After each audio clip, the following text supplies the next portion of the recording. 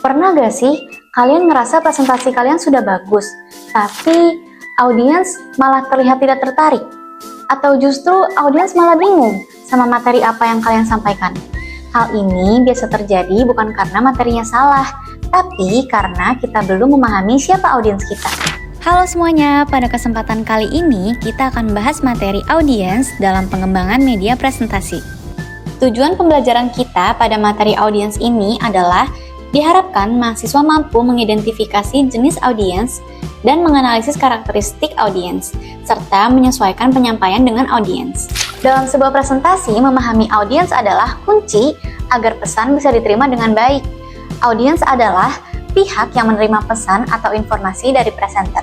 Audiens ini bisa berupa individu ataupun kelompok dengan karakteristik yang berbeda-beda. Salah satu faktor penting adalah ukuran kelompok audiens. Pada kelompok kecil, presenter bisa menggunakan metode diskusi atau tanya jawab.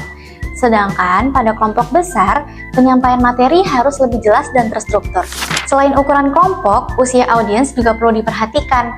Usia mempengaruhi gaya penyampaian kita dalam presentasi. Untuk anak-anak, kita bisa gunakan bahasa yang sederhana dan juga visual yang menarik. Sedangkan untuk mahasiswa atau profesional, pendekatan bisa lebih formal dan analitis. Selanjutnya adalah latar belakang pendidikan audiens. Tingkat pendidikan mempengaruhi cara audiens memahami materi.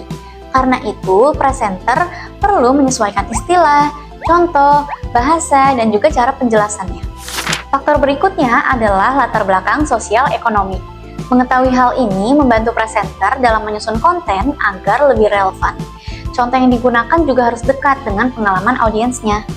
Selain itu, penting juga dalam memahami kepercayaan, sikap, dan prasangka audiens. Hal ini bertujuan agar materi yang disampaikan tidak menyinggung nilai yang dianut oleh audiens.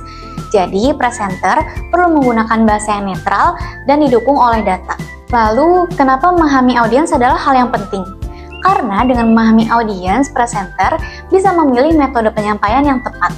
Selain itu, bahasa, media, dan contoh yang digunakan bisa menjadi lebih sesuai. Hal ini membuat audiens lebih mudah dalam memahami materi. Nah, dari penjelasan tadi, kita bisa melihat bahwa memahami audiens adalah hal yang sangat penting dalam presentasi. Faktor yang perlu diperhatikan antara lain ukuran kelompok, usia audiens, latar belakang pendidikan, latar belakang sosial ekonomi, dan juga sikap dan kepercayaan dari audiensnya. Dengan memahami semua ini, presentasi akan menjadi lebih efektif dan tepat sasaran.